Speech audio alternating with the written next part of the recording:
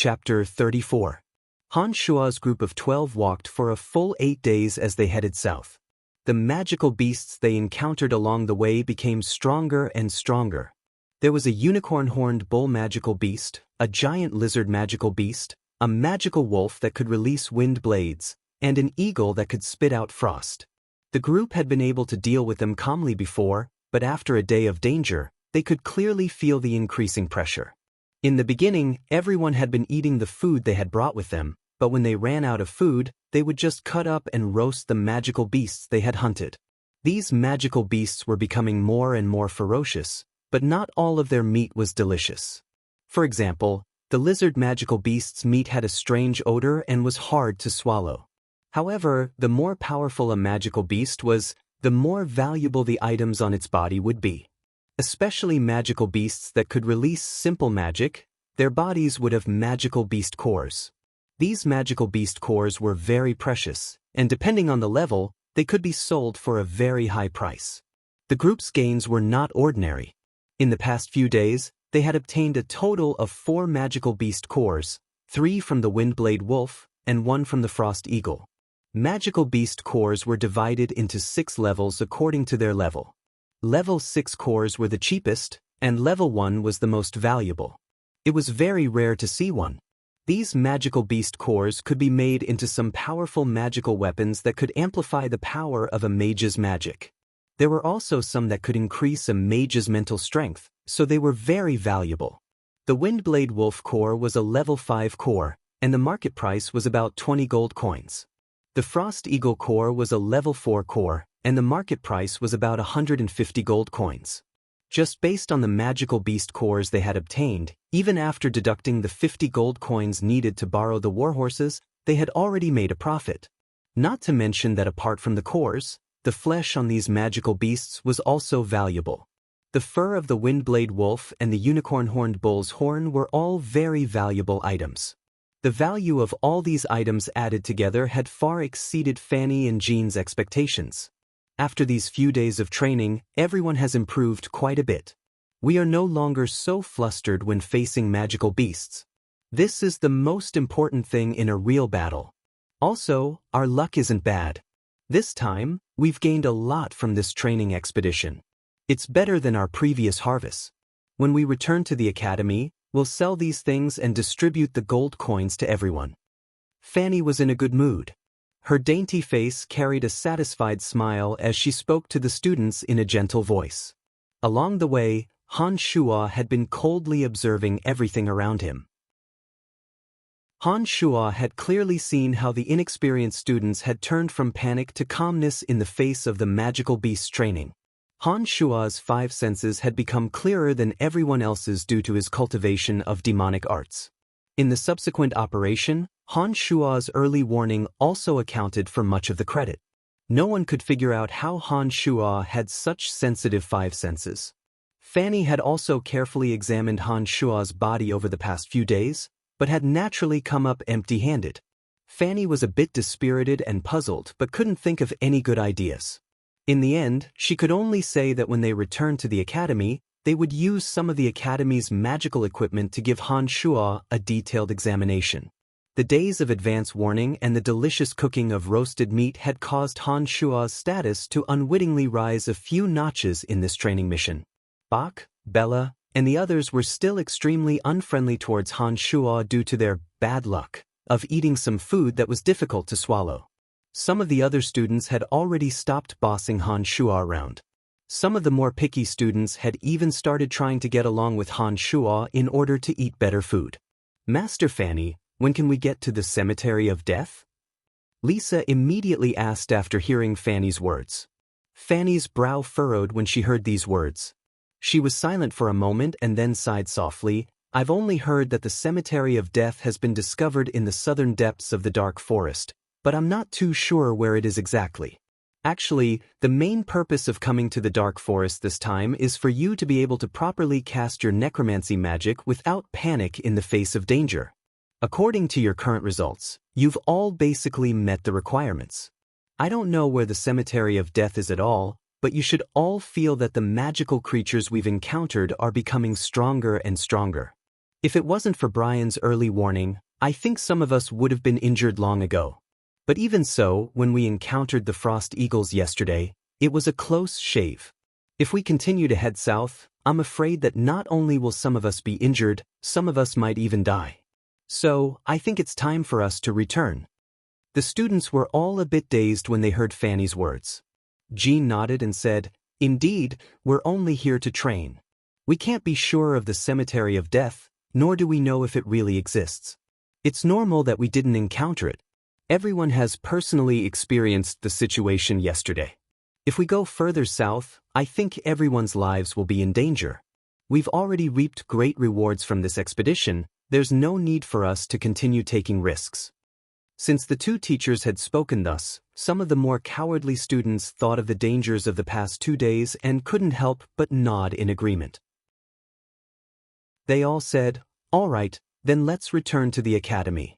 The danger has been increasing lately." "Bach, you're a coward.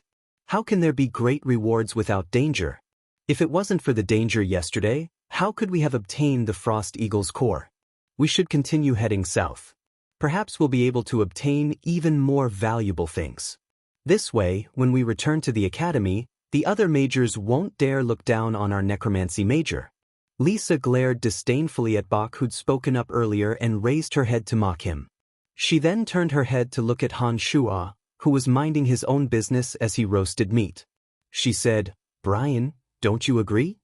Han Shua originally shouldn't be the center of attention, but because of Han Shua's performance over the past few days, all the students actually looked at Han Shua after hearing Lisa's words. Even Fanny and Jean did the same, as if Han Shua's decision was very important. Han Shua couldn't help but be speechless. After a moment of hesitation, he smiled honestly and said, "Taking risks is a must. Since everyone isn't injured yet, why don't we walk a bit more? Who knows, maybe there'll be even more rewards." Fanny looked oddly at Han Shua and actually nodded after a moment of silence.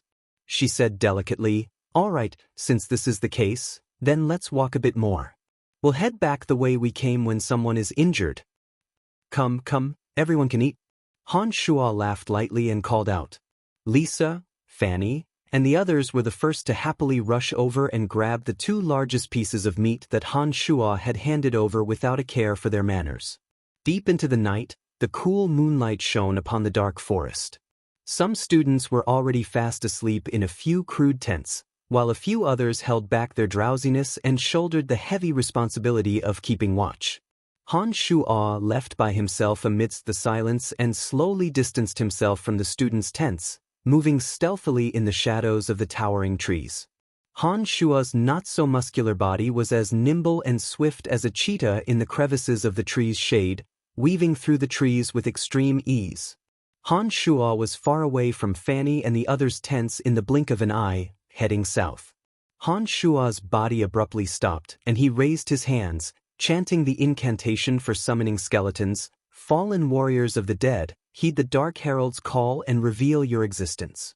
As soon as the incantation was finished, a dark, thin, and small little skull suddenly appeared in the air, bone dagger in hand.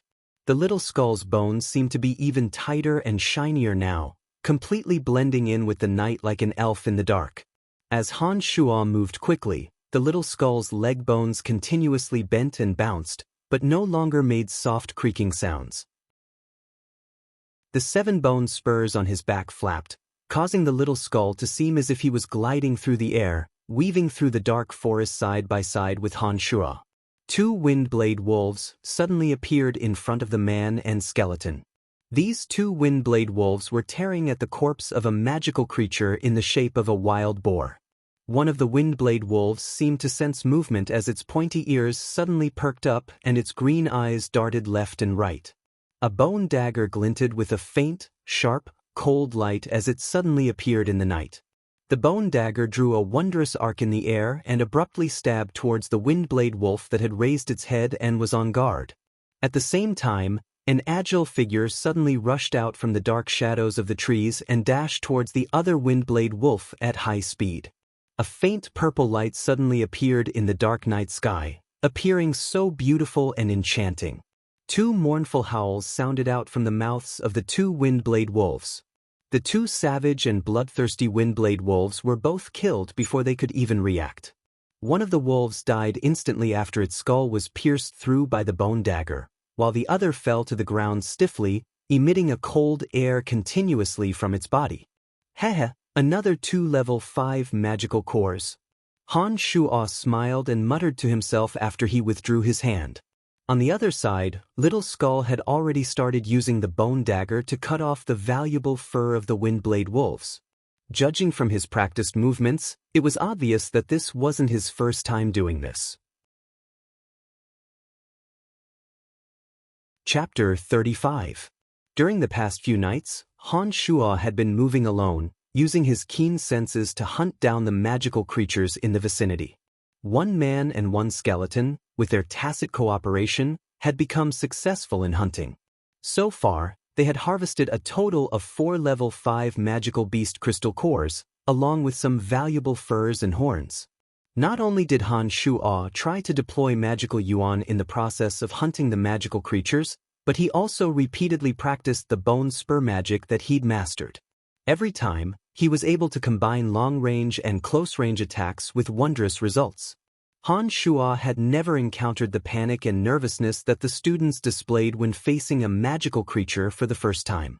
He was just as calm from beginning to end, even numb and callous.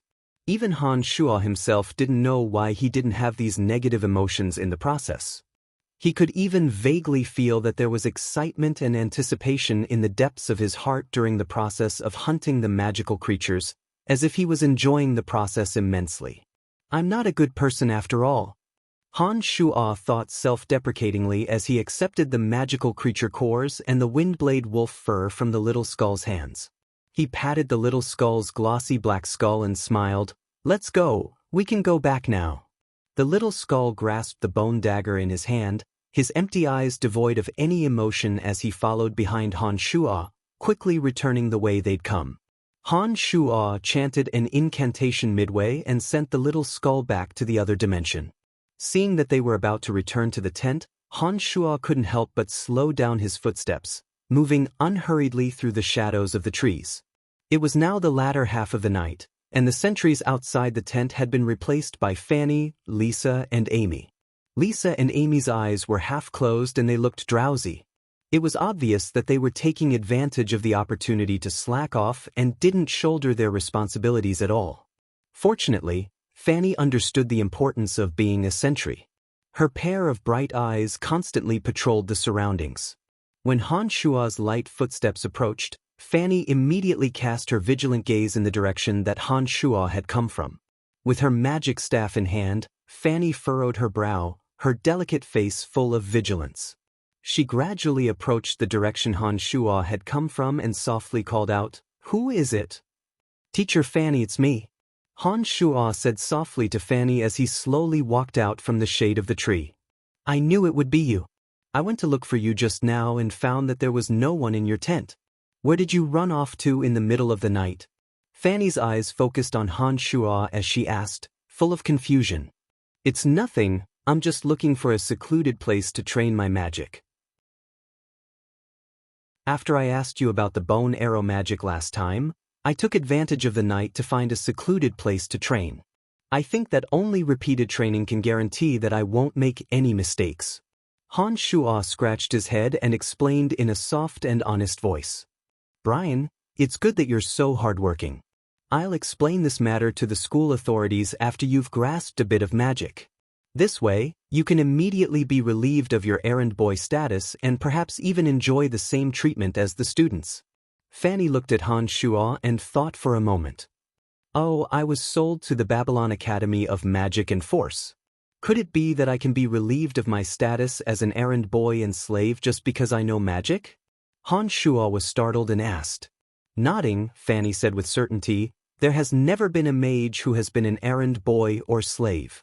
Mages are a class above all others in the entire profound continent. Even though our necromancy major has declined, if you can prove that you know how to use necromancy magic, your status will immediately change. You won't be reduced to an errand boy who cleans and cleans anymore." "Is that so? That's wonderful. I still have many questions that I hope teacher Fanny can answer for me. I will work hard to improve myself as soon as possible and become a qualified mage. Han Shua's heart raced as he suddenly remembered that there were still many questions he wasn't clear about in some of the magic books he'd read before. He couldn't help but want to take advantage of this opportunity to clarify things. No problem. In the future, if you have any questions about necromancy magic, you can ask me. I will help you. Although you're a bit perverted right now, I'm sure that you're a genius with a magical body. I will definitely help you escape from your current status. Fanny smiled faintly and said in a sweet voice. Han Shua smiled foolishly, as if he hadn't heard Fanny's words about him being lecherous. After thinking for a moment, he started asking Fanny for some magic knowledge.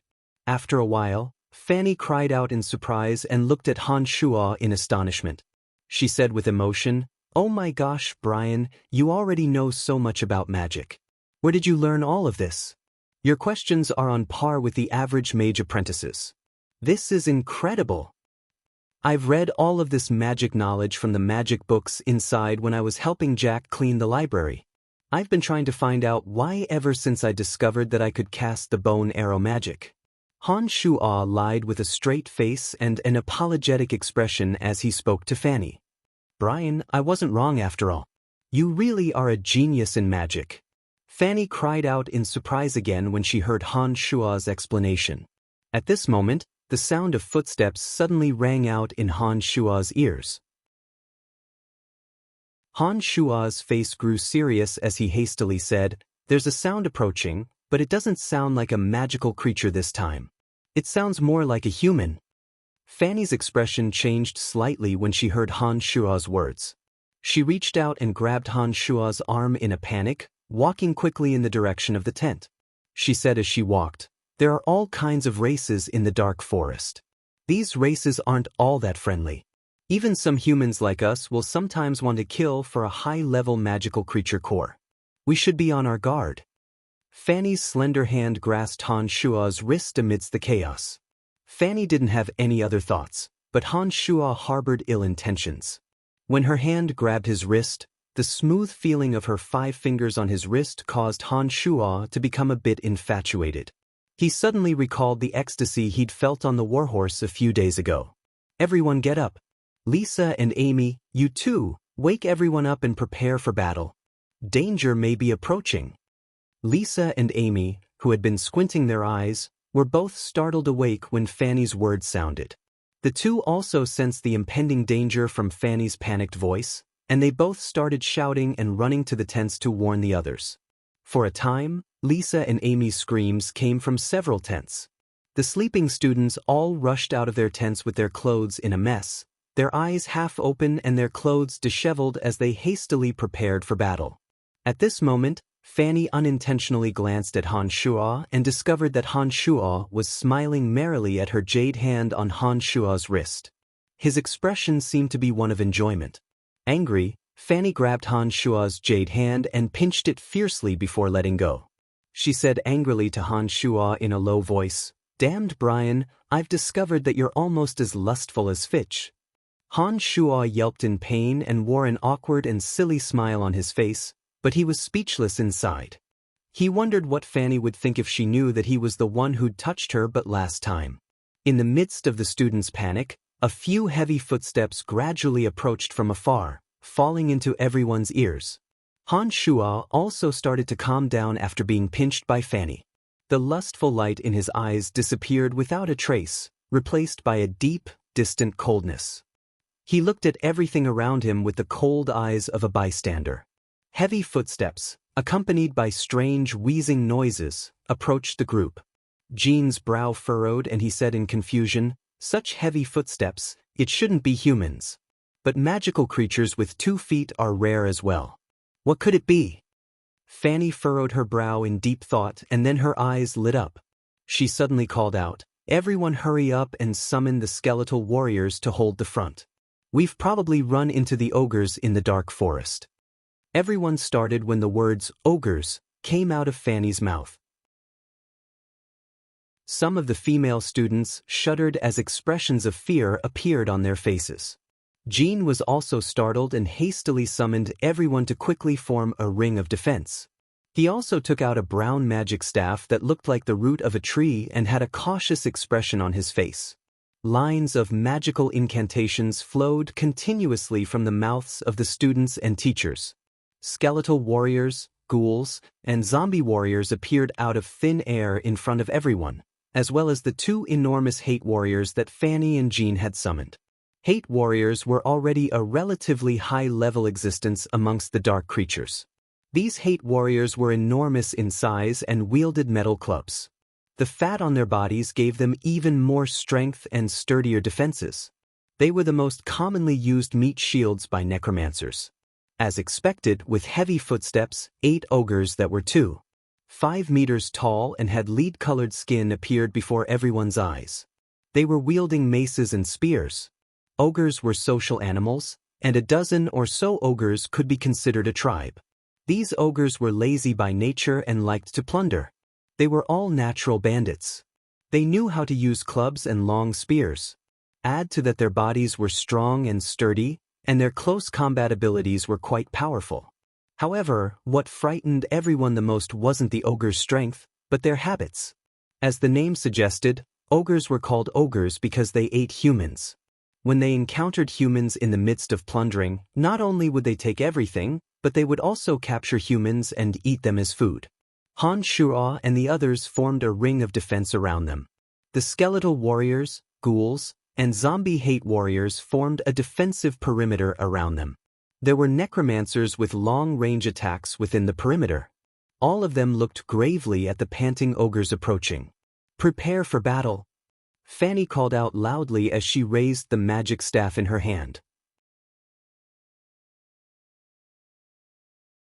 Chapter 36. Huff huff. The 8 ogres made strange noises as they moved. The strongest and tallest ogre pointed his club at them, and the ogres suddenly began to run quickly, charging in their direction.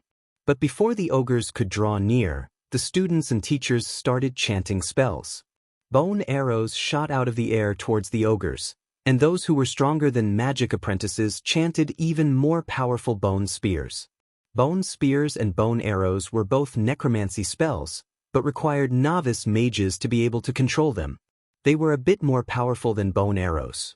Bone arrows and bone spears flew out of the air at the same time and shot towards the 8 ogres.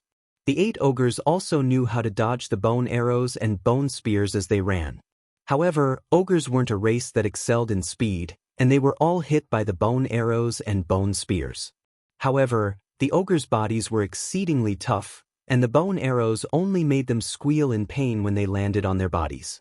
They affected their running speed, but couldn't penetrate their flesh. Only when the bone spears landed on their bodies did they leave bloody holes on their bodies, leaving behind some green blood.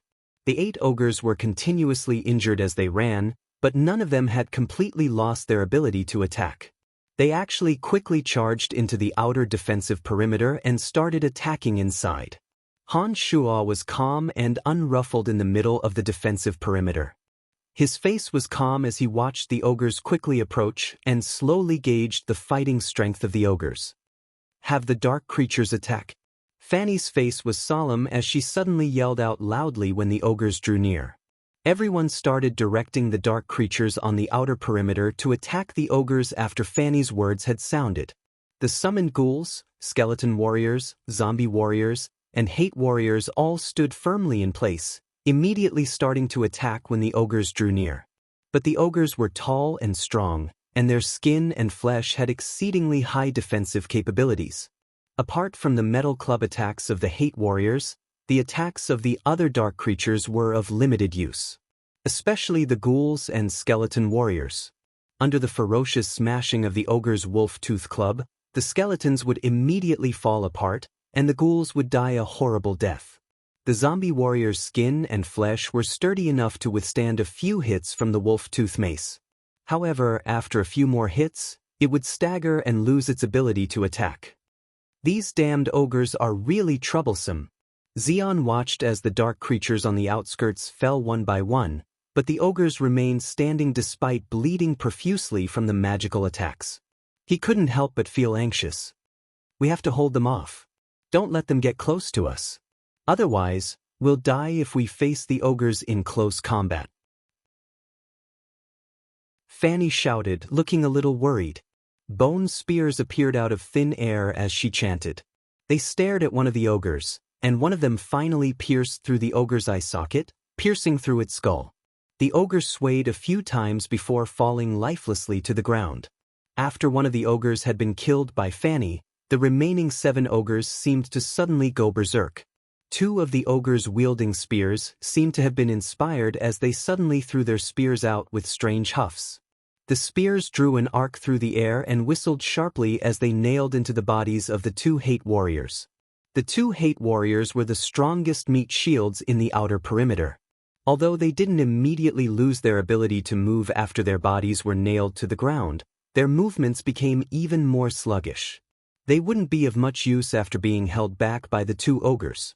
At this time, only 2 hate warriors and 6 zombie warriors were left in the outer defensive perimeter. The zombie warriors were inferior to the hate warriors in every aspect. Once the hate warriors were nailed to the ground by the spears, the pressure on the zombie warriors greatly increased. 2 zombie warriors had fallen in just a short while. What do we do? What do we do? Will these damned ogres eat us? Heavens, why are their skin and flesh so tough? The bone arrows are completely useless against them. We're done for, we're done for. We should have gone back yesterday, boo-hoo. Low cries of complaint and fear abruptly rang out from the mouths of the students. Even their magical incantations were affected in that moment. Master Jean, let's use the corpse explosion spell together. Hurry! Fanny's face darkened when she saw that everyone was so dejected, and she suddenly called out loudly. Soul of Nirvana, by my command, offer your body to me. Explode violently, corpse explosion. Fanny and Jean both chanted their incantations at the same time. After the incantations were complete, Fanny pointed at the ogre that she'd killed with her bone spear, and Jean pointed at a zombie warrior that had fallen to the ground. 2 violent explosions suddenly sounded out from the bodies of the ogre and zombie warrior. The 4 injured ogres and 2 zombie warriors on the side were all affected by the shockwaves and were abruptly blown into the air.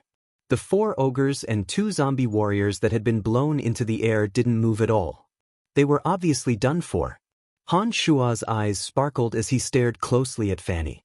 He was very shocked by the power of the corpse explosion spell. Han Shua had clearly seen that after Fanny had chanted the corpse explosion spell, the exploding ogre's body had suddenly lit up and exploded with a terrifying force. Of the 4 ogres that had been blown to death, 3 had been killed by Fanny's corpse explosion spell. Han Shua had only heard a little about the corpse explosion spell, and understood that only adept mages could cast it. The power of the spell would vary according to the difference in magic power and the strength of the exploding object. It was the same corpse explosion spell, but Fanny's was clearly much more powerful than Jean's. This might have something to do with Fanny's magic power and the ogre's as a medium. However, it seemed that the corpse explosion spell consumed a lot of mental strength. Fanny and Jean's faces were pale and they panted heavily after casting the corpse explosion spell. Up until now, there had been a total of 8 ogres. 1 had been killed by Fanny's bone spear, and another 4 had been killed by the 2 corpse explosion spells. Although the 2 hate warriors had been hit by the ogre's spears, they still held their ground and firmly entangled the 2 ogres. Only the strongest and tallest ogre hadn't suffered much damage yet. He wielded a spiked club and charged over as if he'd gone berserk. Strange cries came from his mouth, and he even spat out the simple common language. Kill you all. We've just used the corpse explosion spell and our mental strength is pretty much depleted. We can't use other adept spells for now. Everyone run. Jean's face was full of panic as he called out loudly. Fanny looked at the group and urged urgently, everyone leave quickly and don't get caught by the ogre. Everyone panicked even more after hearing Fanny and Jean's words. They didn't care about the supplies around them, and were all panic-stricken as they tried to distance themselves from the ogre who was running towards them with large strides and a spiked club in hand. However, although the ogre wasn't too fast, he was still a bit faster than them. Especially when the students were panicking, they tripped over the bones of the skeletal warriors as they ran. This made their speed even slower than the tall ogre. Fanny was concerned about the students and kept urging them to leave, dragging herself behind. The tall ogre had just seen that Fanny had cast the corpse explosion spell and killed 3 ogres. When he saw that Fanny had fallen behind, he didn't think much and caught up to Fanny, raising his spiked club high and smashing it down fiercely at Fanny. "Watch out, Master Fanny! Watch out, Fanny, behind you!" Lisa, Jean, and the others cried out involuntarily in fear when they saw the ogre's spiked club swinging towards Fanny in their panic. Fanny heard a few people's reminders and turned around to find that the spiked club was already smashing down on her. The sharp spikes of the spiked club sparkled with a cold light, and the whooshing sound indicated just how powerful the force behind the blow was. Her pretty face was deathly pale and her beautiful legs suddenly lost all strength. She watched helplessly as the spiked club grew larger and larger in front of her eyes. A wave of desolate helplessness suddenly rose up in Fanny's heart. Sparks flew in all directions with a clang. Fanny's beautiful eyes widened as she stared blankly in front of her. Unbeknownst to her, 2 wolf-tooth maces had appeared in front of her. These 2 wolf-tooth maces had collided with each other. The sharp teeth of the 2 wolf-tooth maces had already been flattened, and there were even some metallic sparks emitting from them. Following the direction of the spiked club that had blocked the ogre's blow, Fanny suddenly discovered that on her left, Han Shua's hands were tightly gripping a thick spiked club that was completely disproportionate to his body. At this moment, the veins on Han Shua's forehead and arms were bulging, and his expression was ferocious as he glared at the ogre.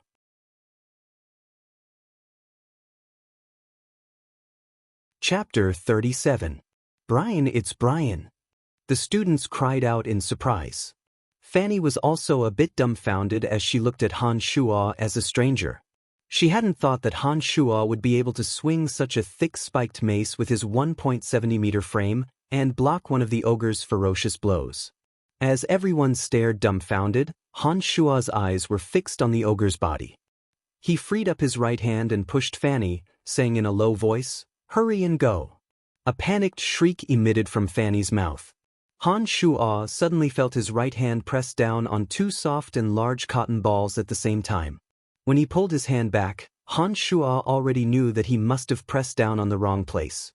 The nearby students all gasped softly at this moment, including Jean's loud curses, accusing Han Shua of having the audacity for lust. His heart fluttering, Han Shua turned to look at Fanny and said awkwardly, "I'm sorry, Master Fanny, I pushed the wrong place. I really didn't mean to." Fanny was exasperated and was about to open her mouth to curse Han Shua when she suddenly sensed the ogre's enormous spiked club smashing towards Han Shua's head. She hurriedly warned, "Brian, watch out." The naive look on his face was still present as Han Shua suddenly turned around and easily raised the spiked club that was thicker than his body with both hands. With a whistling sound, he once again smashed it towards the ogre's incoming spiked club.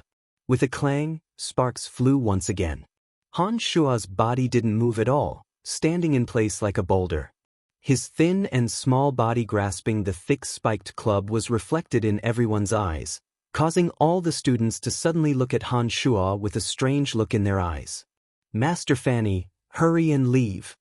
Jean's loud exclamation suddenly sounded at this moment. Fanny had been looking at Han Shua with a face full of shock when she finally reacted. Her bright eyes were still focused on Han Shua as she walked backwards in the direction of Jean and the others. Han Shua had just used strength to resist 2 blows from the ogre, and felt a strong desire to vent all the strength in his body. A faint desire to kill also rose in Han Shua's heart, making Han Shua want to smash the ogre into a meat patty. Han Shua suddenly howled with laughter as soon as Fanny left. The simple and honest look on his face was nowhere to be found, and his expression was a bit sinister and frightening. He raised his thick mace with a dark face and actually charged towards the confused ogre. This strongest and strongest ogre couldn't seem to understand how Han Shua could block 2 of his heavy blows with such a small body. He stood there dumbly as if deep in thought. Heavens, Brian must have gone mad. He's charging at the ogre. Bella exclaimed softly, a look of disbelief on her face. Everyone nodded in agreement when these words were spoken. They all took it for granted that Han Shua had gone mad. Even Lisa, who knew that Han Shuo liked to play the fool, had a bewildered expression on her face. She was shocked by Han Shuo's madness in this moment. Brian suddenly became so strong after he went mad. This is incredible. Lisa is so great. An agony of the soul spell was able to turn the cowardly Brian into such a crazy person. Amy exclaimed innocently and looked at Lisa with a sigh of admiration. You talk too much. Lisa stared fixedly at Han Shuo and replied to Amy. At this moment, Han Shuo raised the thick spiked club and charged at the ogre like lightning. The spiked club whistled strangely in the air as Han Shuo tightened his grip on it. He swung it upwards in an arc and smashed it towards the ogre's waist. The ogre's expression turned from bewilderment to fury when he saw the danger approaching. He repeated his previous actions and once again collided with Han Shuo's club, as if he wanted to completely defeat Han Shuo in terms of strength. Sounds of enormous collisions rang out continuously as the two maces clashed. The originally sturdy and thick maces, with their sharp spikes, were all flattened by the repeated collisions. The frail Han Shuo and the tall, muscular ogre actually fought more and more intensely as the sounds of metal clanging rang out. Fanny and the others, who had originally planned to quickly escape, were stunned when they saw that Han Shuo had such terrifying strength after going berserk, and that he was able to fight the ogre to a standstill. They all gaped at Han Shuo's strength. Han Shuo didn't show the slightest bit of fear as he wielded the spiked club that was completely disproportionate to his body. His exposed arms, neck, and forehead were actually lined with strong muscles, and his veins were bulging. Han Shuo's expression was ferocious and crazed at this moment. He had a fearless bravery that completely overturned Fanny and the students' understanding of him. At this moment, the magical yuan circulated within Han Shuo's body, and he felt an unrestrained pleasure as his strength exploded forth. The more he wielded the spiked club, the more proficient he became.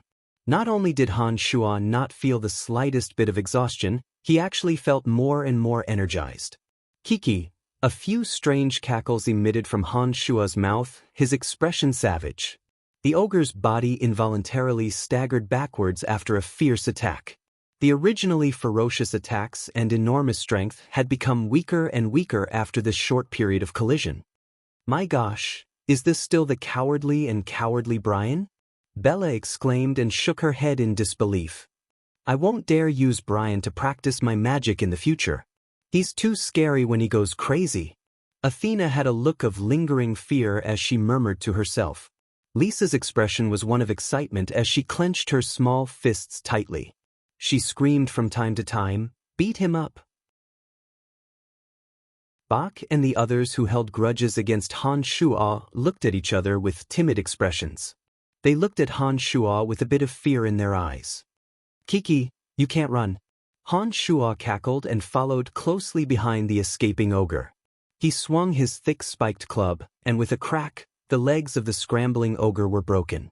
Han Shuo followed closely behind with a strange cackle, continuously smashing the ogre with his spiked club. Shrill cries of agony continuously emanated from the previously savage ogre's mouth. The ogre's tall and strong body had long since fallen to the ground. Fresh blood splattered continuously from his body.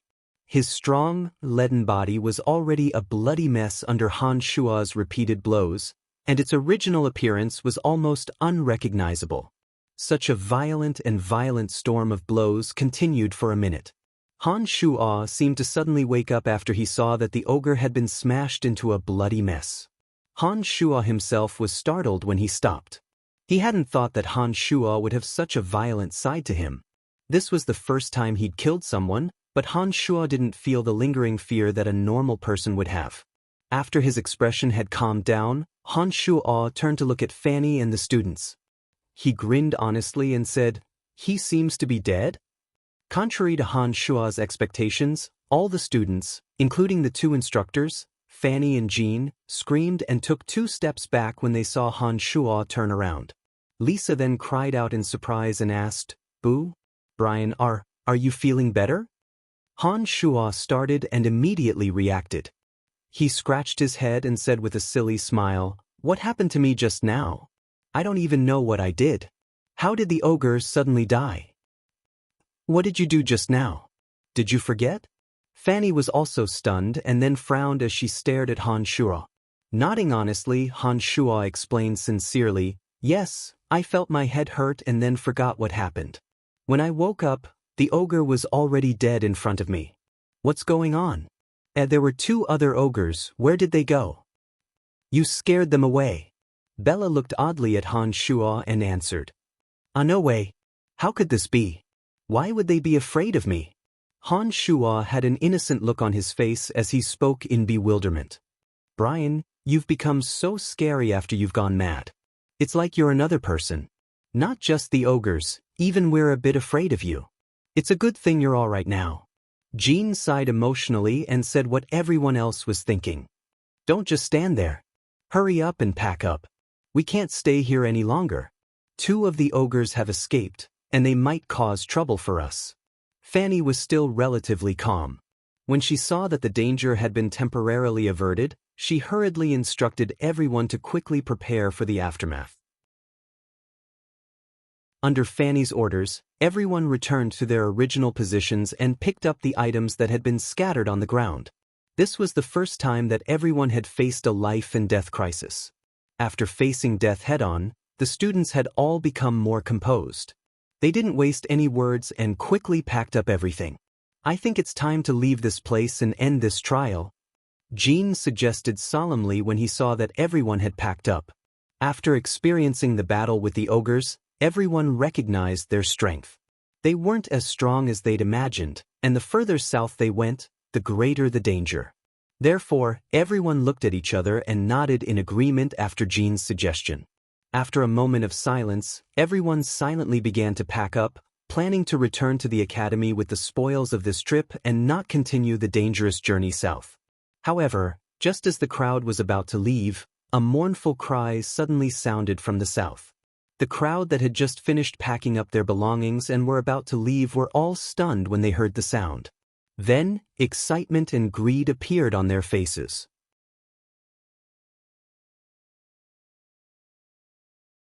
Chapter 38. It's the cry of a frost eagle. The frost eagle is a solitary magical creature. We've already killed one before, should we kill this one as well before leaving? Jean's face lit up with joy as he looked at everyone and asked. The frost eagle's magical core was of the 4th level and was worth much more than the windblade wolf. Although everyone had expended a great deal of effort to kill one, they already had the experience of dealing with the frost eagle. Now that Jean had said this, everyone started. Fanny then looked at Han Shuo and asked, "Brian, what do you think?" "There's a huge sum of money in front of us, I think we should take it." Han Shuo scratched his head and answered with a silly smile. "All right then, everyone get ready. We'll take the frost eagle's core and then return to the academy. If our necromancy major can obtain 2 level 4 magical cores this time, the other majors won't dare look down on us." Fanny nodded and instructed everyone to move out.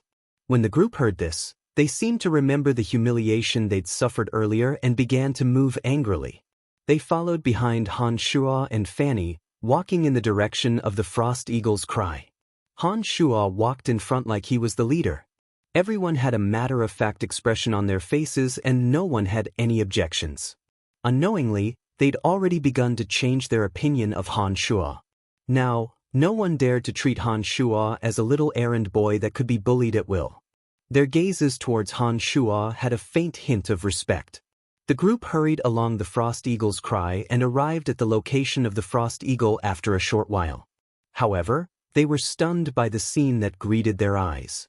Using the bright moonlight, everyone could see a tall, handsome young man with messy silver hair, dashing eyebrows, and starry eyes. He was holding a long sword in his hand and fighting with the frost eagle in the sky. He wore a simple warrior's suit, and his shoulders, chest, and abdomen were wrapped in shining silver armor. Judging from his clothes and attire, he was a knight. When the long sword in his hand danced, rays of piercing milky white light flashed and struck the frost eagle circling in the sky, causing it to cry out continuously. "My gosh, milky white fighting aura, he's an earth knight. Ooh, he's so handsome," Bella exclaimed in surprise, her eyes fixed tightly on the Earth Knight's body with a look of infatuation on her face. The few female students beside her also revealed fascinated expressions, their eyes shining brightly as they stared at the Earth Knight who was easily dealing with the Frost Eagle. Han Shuo furrowed his brow. He was also shocked by the Earth Knight's strength. Last time, Han Shuo's party of 12 had found it very difficult to deal with a single Frost Eagle. They'd used all of their strength in the end to kill it. This Earth Knight was facing the Frost Eagle by himself. Not only did he not seem to be strained, but he even seemed to be skillful and at ease. After the milky white Douqi was released, the Frost Eagle continuously emitted low cries. A milky white fighting aura soared into the sky, heading straight for the battered Frost Eagle. The Frost Eagle seemed to sense danger and flapped its wings, intending to leave. At this moment, the Earth Knight, who had been standing on the ground, suddenly sped up and flew into the air. His long sword slashed across the Frost Eagle's abdomen. With a mournful cry, the Frost Eagle swayed and finally fell from the sky powerlessly. So cool! Bella's eyes glowed as she giggled. The Earth Knight walked next to the Frost Eagle's corpse and picked up the Frost Eagle's magical core with his long sword. He then walked with large strides to Han Shuo and the others with a smile. After sweeping his gaze over everyone, he bowed and said courteously, "Knight Clark greets the noble mages."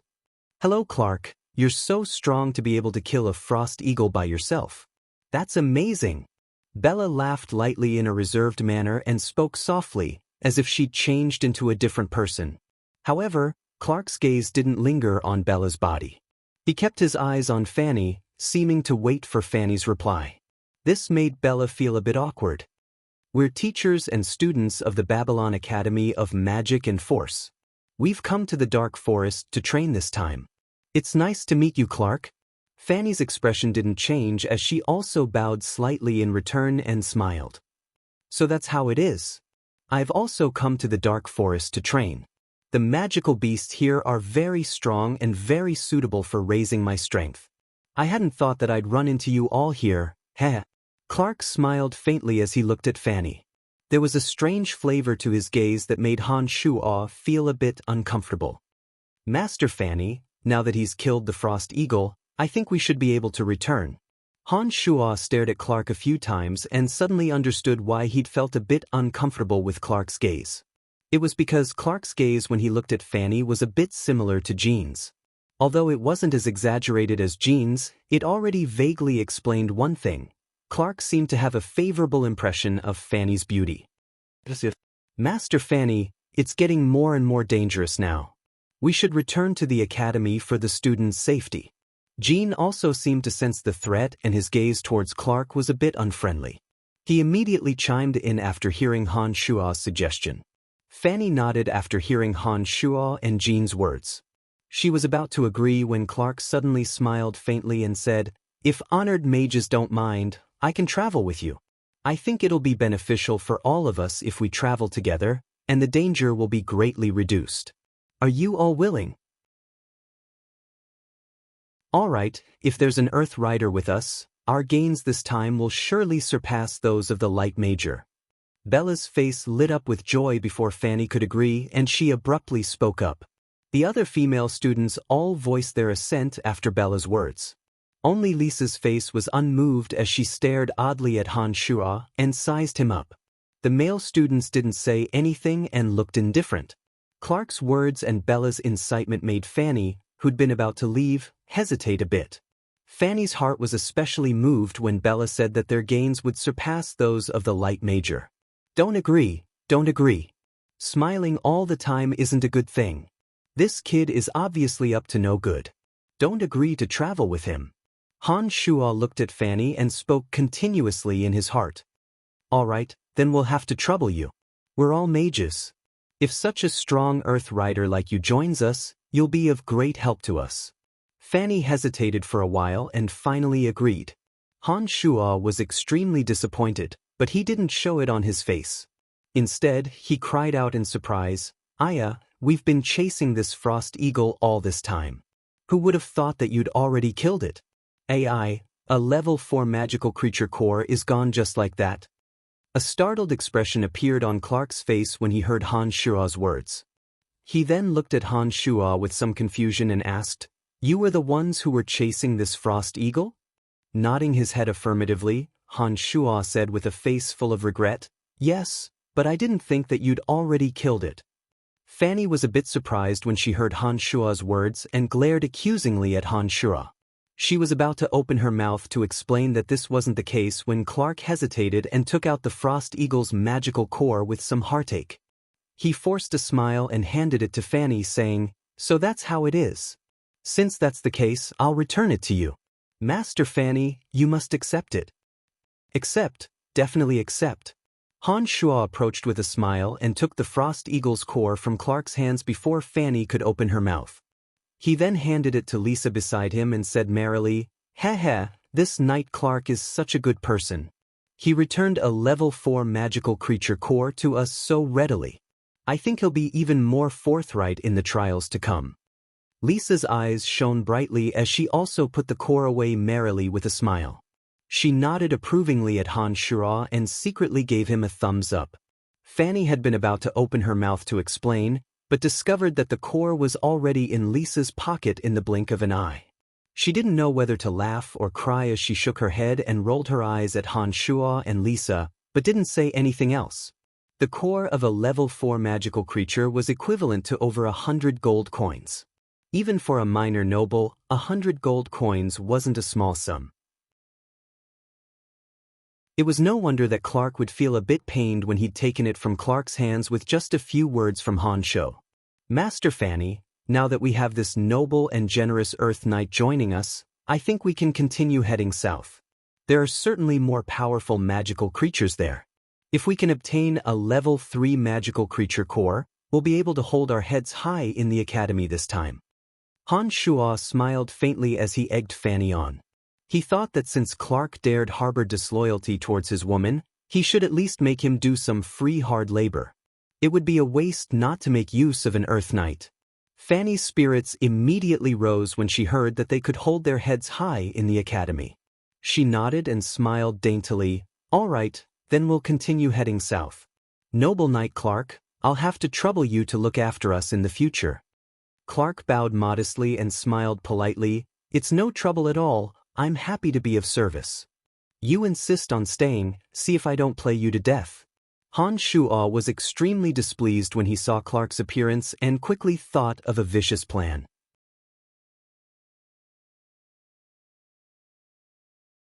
Chapter 39. The second day. The group, along with Clark, continued to head south of the dark forest. Because of Clark's addition, it was much easier to deal with the magical creatures they encountered along the way. Clark purposefully showcased himself in front of Fanny. The 2 Windblade Wolves and 1 Frost Eagle along the way were all easily killed with his great assistance. Han Shua would quickly rush over every time a magical creature was killed and immediately took out the core, handing it to Lisa as a matter of course. He treated it as his side spoils of war and didn't even leave the fur of the Windblade Wolves for Clark. In order to gain Fanny's favor, Clark still forced a smile on his face and approved of Han Shua's actions, not fighting for the cores of the magical creatures. The group started a bonfire when it was dusk and Han Shua started roasting the meat. Clark purposefully hung out with Fanny and chatted humorously with Fanny. Off to the side, Jean glared at Clark like a tiger watching its prey and continuously interjected, using words to pressure Clark.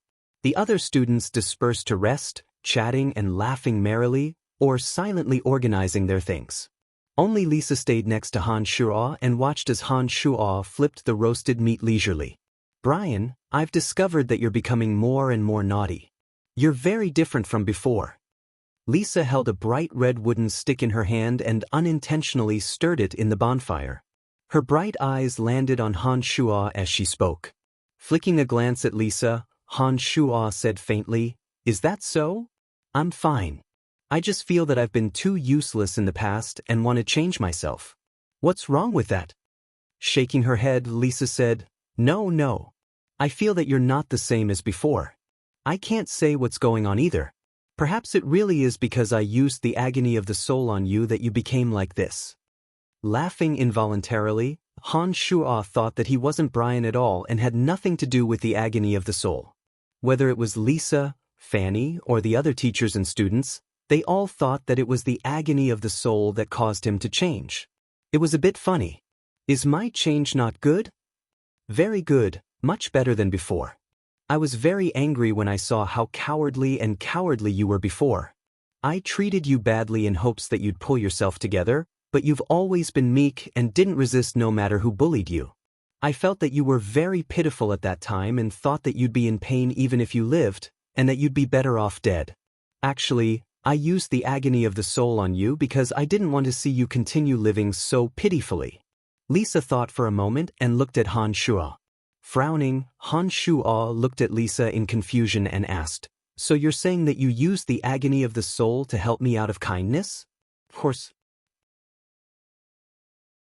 Lisa raised her neck and explained, "Although I've looked for you to train in magic before, I've treated you much better than the other students.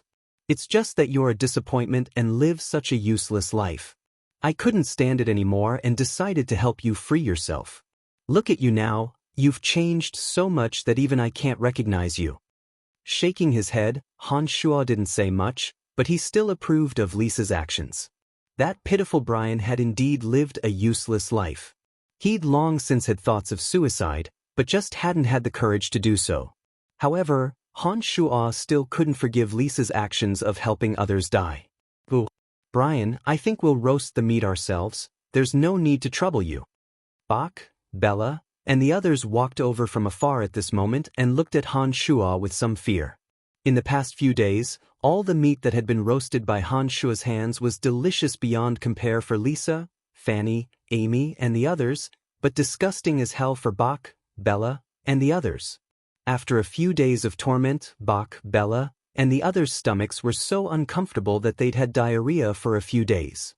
They'd originally been complaining and cursing at Han Shuo, but after experiencing Han Shuo's crazed behavior yesterday, they didn't even dare to complain or curse anymore. They were deathly afraid that Han Shuo would suddenly go crazy. They were truly a bit afraid of Han Shuo now. Smiling honestly, Han Shuo said a bit embarrassedly, "How can this do? As an errand slave of the necromancy major, roasting food is my job to begin with. It's a bit inappropriate for you delicate bodies to do these things, isn't it?" "Appropriate? Of course it's appropriate. Since we've gone out to train, we should try everything. Not to mention that you saved our lives yesterday, we shouldn't let you take on so many tasks, don't you think so, Bach?" Bella forced a laugh and said with embarrassment, "That's right, we should roast our own food. We can't trouble you with everything." Bach's stomach had been upset for a few days and he knew that if he still ate the meat that Han Shuo roasted, it would be half raw and half cooked again. He hurriedly said with a fawning smile and paused, "Brian, I was in the wrong before, please don't hate me. If you keep holding a grudge against me, if you lose all reason and come looking for me, I'll be in big trouble. Alright, since you're so kind, I'll thank you.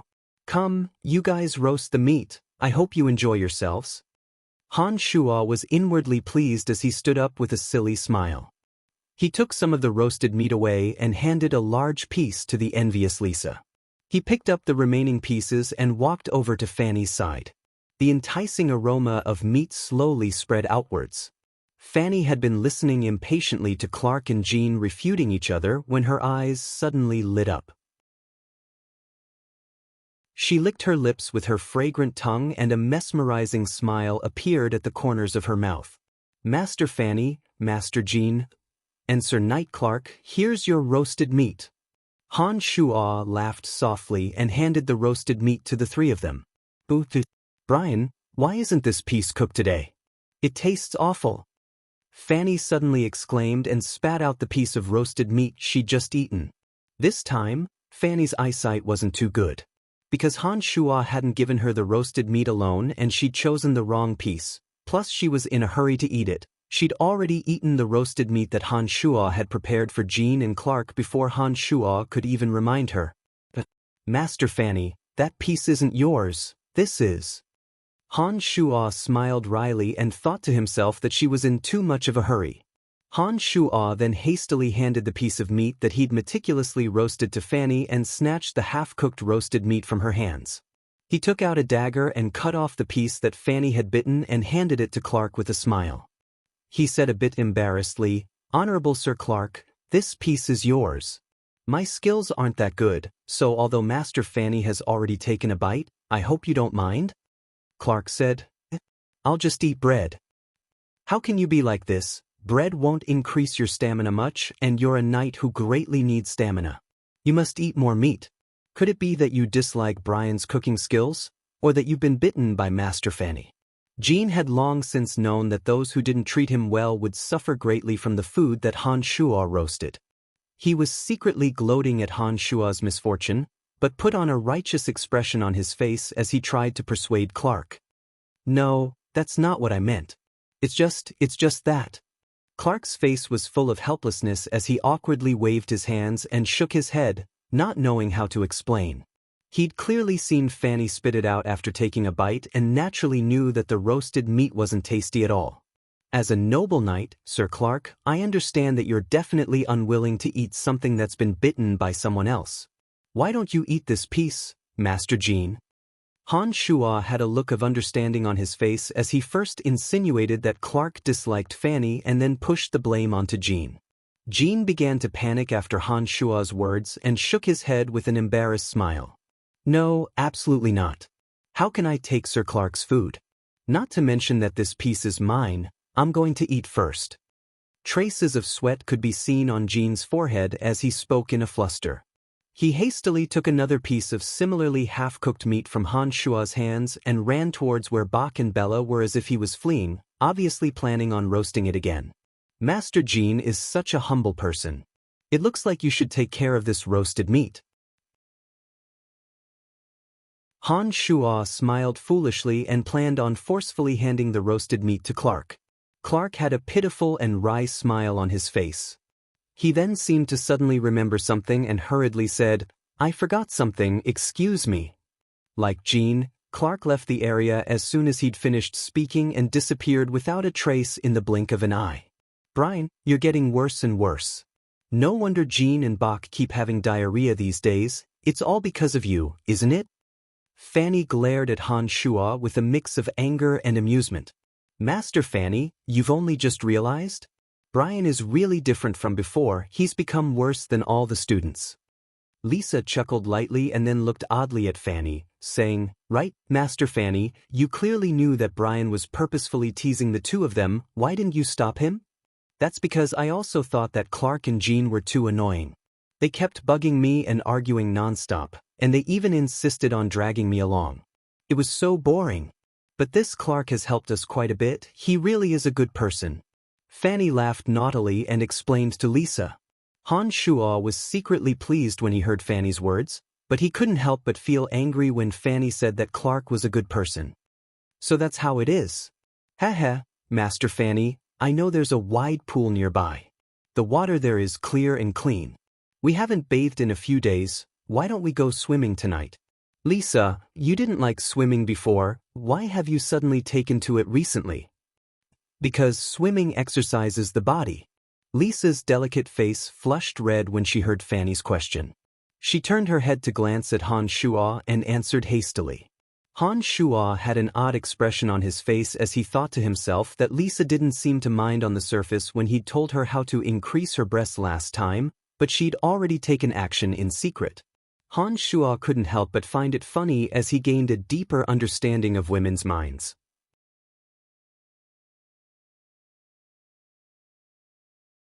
Chapter 40. It was night, and the moonlight was clear and cold as it scattered across the vast and boundless dark forest. The bright, silvery moonlight added a few traces of tranquility and comfort to the dark forest. Simple and crude tents were set up on the soft grass. After a day of hard work, the students were either talking in low voices or silently meditating. Han Shuo sneakily hid behind a towering tree as he chanted a magical incantation. A streak of light flashed through the air as Little Skull, wielding a bone dagger, suddenly appeared and flew silently towards Clark's tent under Han Shuo's instructions. Clark's tent was a bit further away from the other students. Although he appeared to be modest and polite on the surface, apart from his genuine passion towards Fanny, his gaze towards the other students carried a hint of lofty disdain. His tent was also clearly separated from the rest of the group as he walked far away by himself. Little Skull's body was now nimble, and his pitch-black bones blended into the darkness. He didn't make a single sound when he moved, and arrived at Clark's tent in a few dozen seconds. Under Han Shua's orders, Little Skull suddenly rushed into Clark's tent.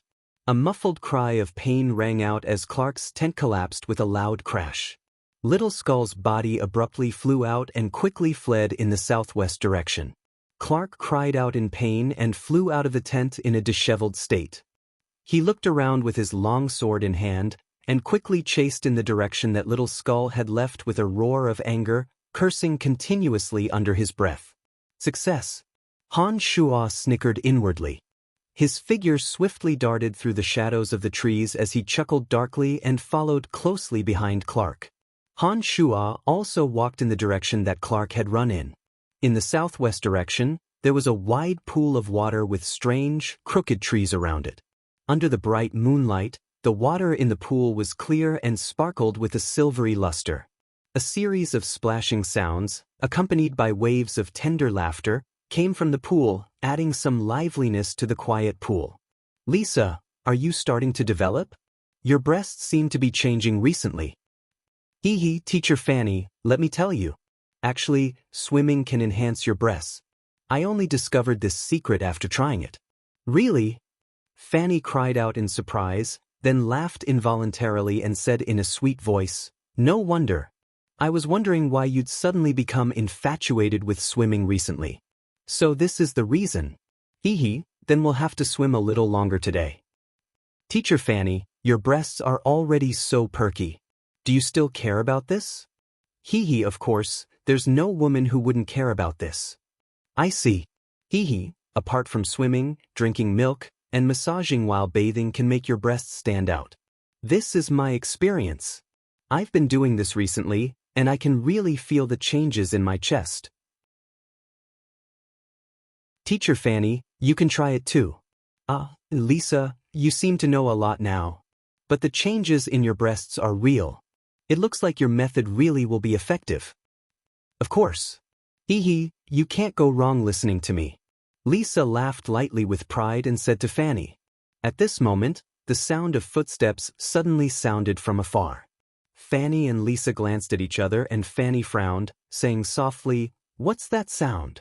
Lisa, who had shrunk into the water with only her head sticking out, also had a face full of bewilderment. She shook her head and said, "I don't know.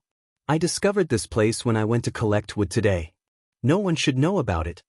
Fanny and Lisa were a bit surprised and were about to leave when the footsteps grew closer and closer. A sweating Clark suddenly appeared at the edge of the pool and looked left and right, continuously patrolling the area. When Clark saw Fanny and Lisa in the pool, the three of them cried out in surprise at the same time. Lisa was flustered and exasperated as she hastily hid her body in the pool. She pointed a finger at Clark in a panic and shouted angrily, "Damn it, you're a noble knight and yet you're doing something like peeping. How disgusting." "No, it's not what you think. I was chasing a monster and found this place." Clark was greatly agitated and hastily tried to explain. "Leave this place immediately. Clark, you disappoint me greatly. To think that you're this kind of person." Fanny also had a face full of anger and her pretty face was covered in frost as she shouted coldly, "Master Fanny, I really didn't want to come here to peep. Listen to me explain." Clark was sweating profusely. He hadn't thought that he'd see Fanny and Lisa swimming in a place like this either. He felt that something was off and explained repeatedly, "Leave this place now." Fanny and Lisa both cried out in surprise as Clark explained and yelled at the same time. Smiling wryly with resignation, Clark sighed and bowed slightly to the two in the distance. He said apologetically, "I'm sorry, I'll leave immediately. I hope you don't think of me as bad as you think. I really didn't mean to do this." Clark's face was wry as he left dejectedly with his head hung low. A string of complaints flowed from his mouth as he sighed and lamented his terrible luck. Han Shua's surreptitious figure appeared in the shadows of the trees after Clark had left. He stuck up his middle finger at Clark and said lowly with a sinister smile, "You dare steal my woman? Go to hell, noble knight."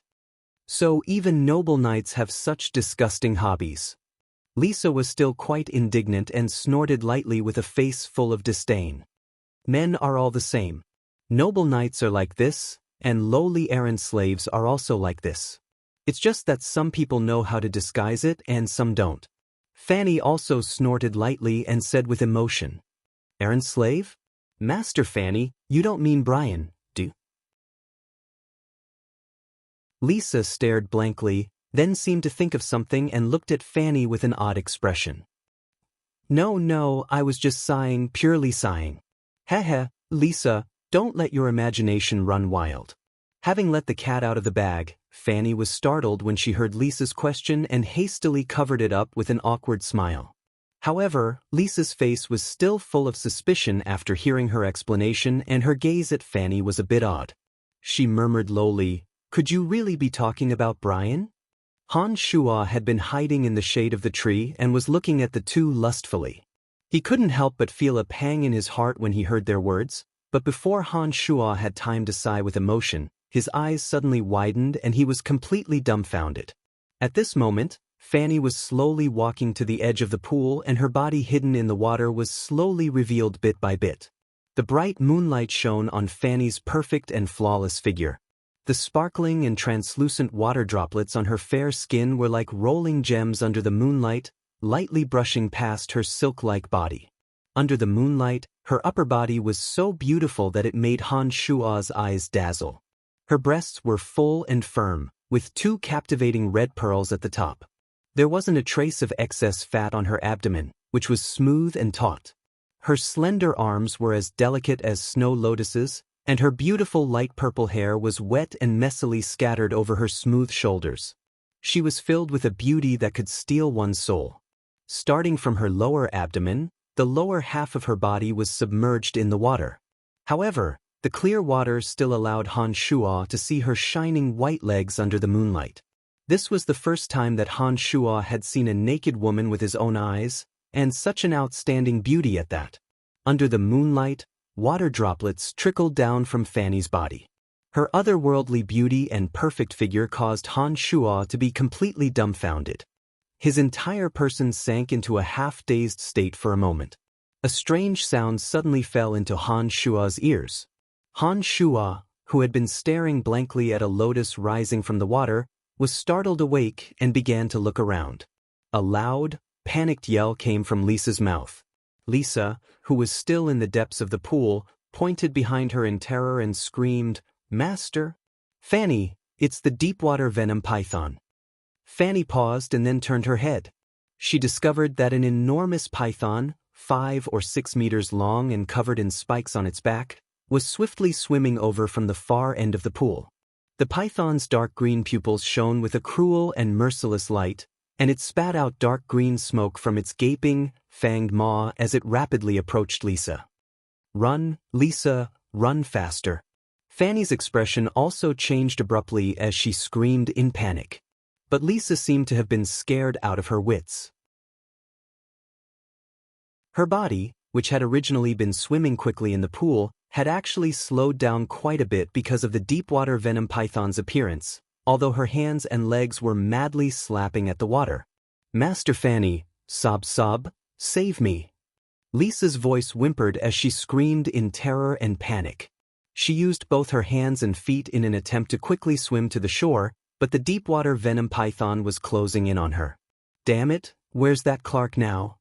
Fanny cursed without a care for her emotions, and her perfect figure began to turn back in Lisa's direction. Han Shuo had completely awakened at this moment. Looking at the deepwater venom python that was closing in on the two of them, Han Shuo hesitated for a moment and finally sprinted out from the shadows of the trees, yelling loudly, "What's going on?" Deepwater venom python, I'm coming to help you." The deepwater venom python was a rank 3 magical creature. Not only did it have a powerful physical body, it could also spit out poisonous mist. Now that it was still in the water, both its speed and its threat had greatly increased. A rank 4 magical creature, Frost Eagle, was something that the group had to use the strength of 9 oxen and 2 tigers to kill. This rank 3 deepwater venom python would definitely be even more difficult to deal with. Even Han Shuo himself didn't have the slightest bit of confidence, but he couldn't just watch as Fanny was eaten, so he could only risk his life and charge out. Damn it, let's go all out. Han Shuo took out a dagger and his body flashed like lightning, directly flying towards the pool after a flash in the darkness.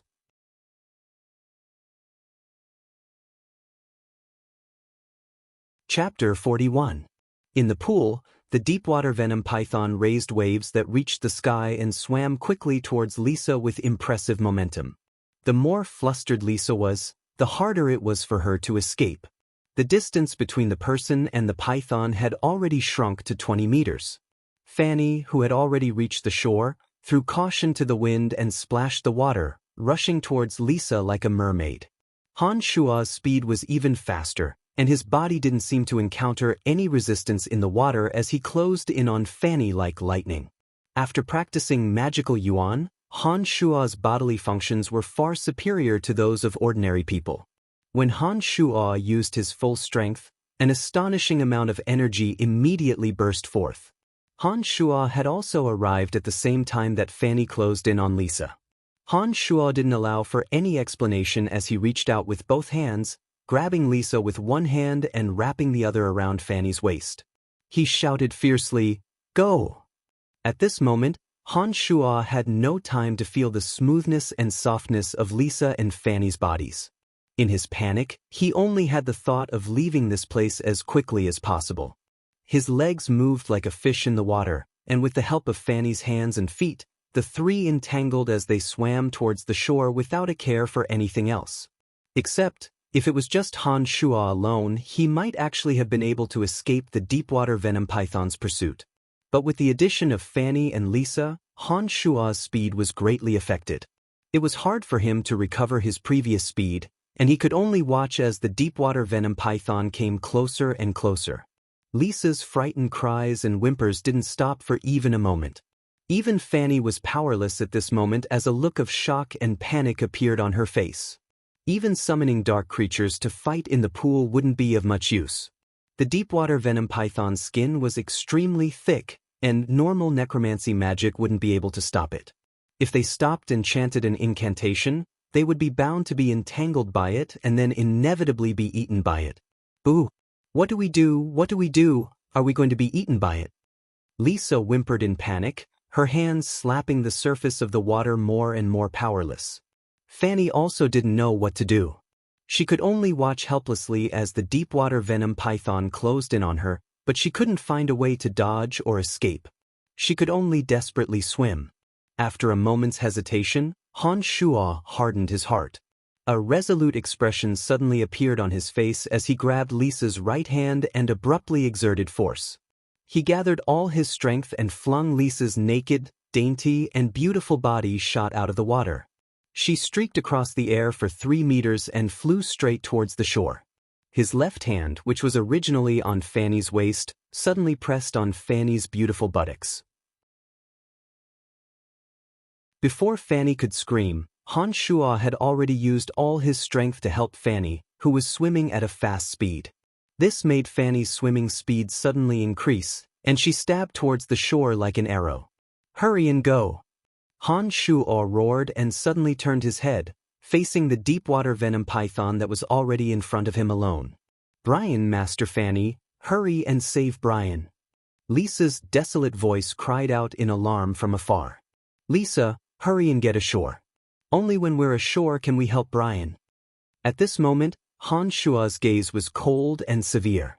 He gripped the dagger in his hand tightly as he watched the deepwater venom python's tail wrap around him.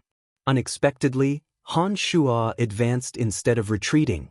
Before the deepwater venom python's tail could wrap around him, he actually dashed out at high speed towards the python's head.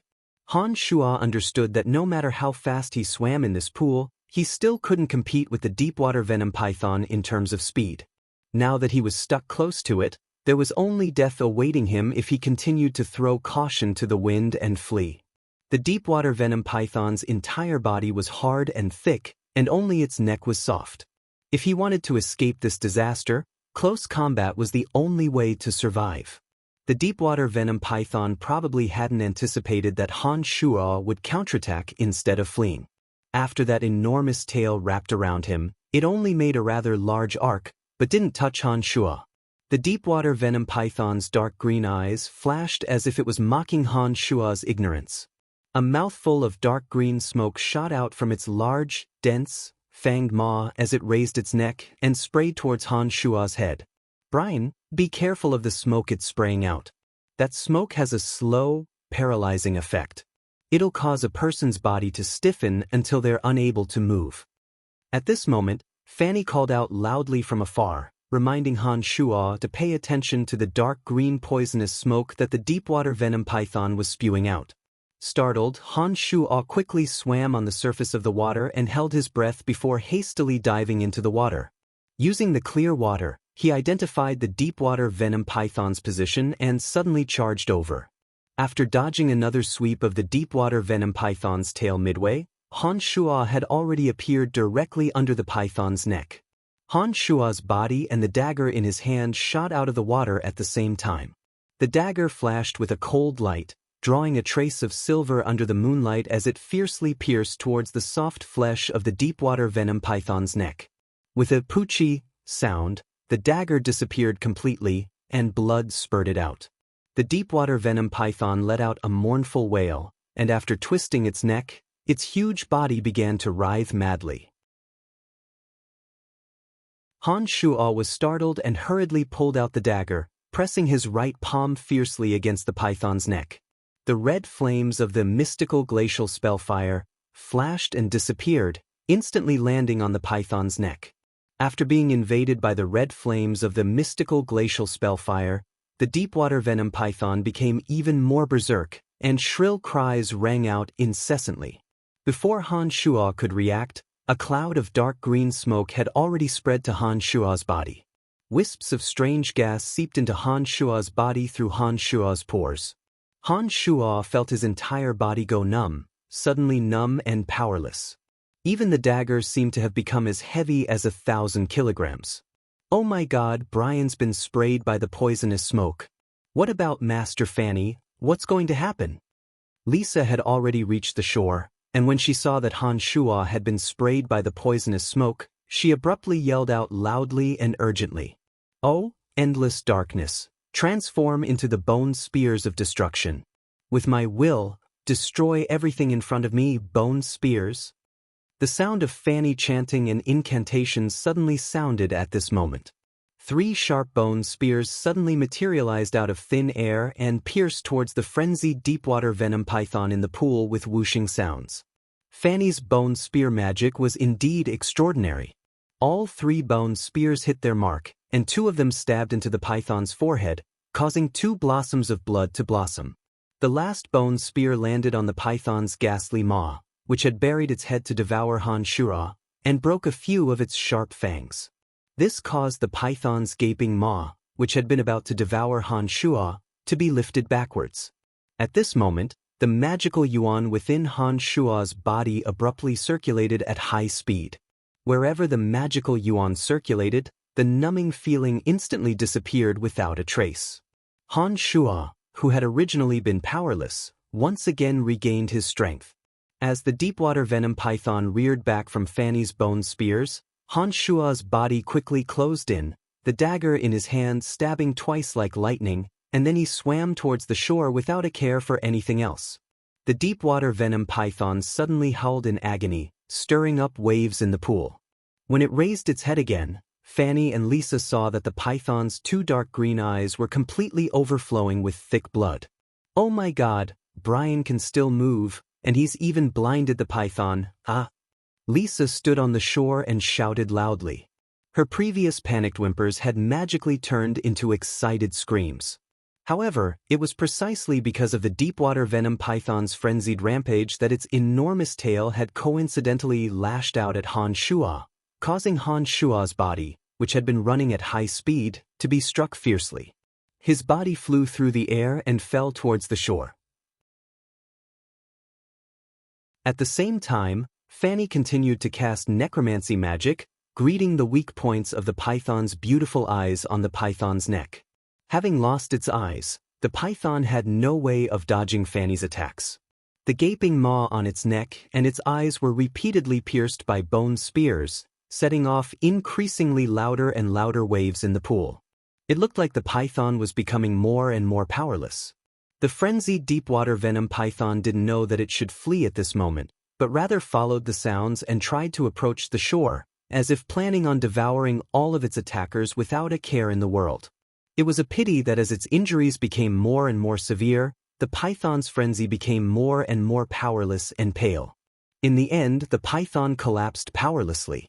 Han Shua's body slowly floated up after falling into the water.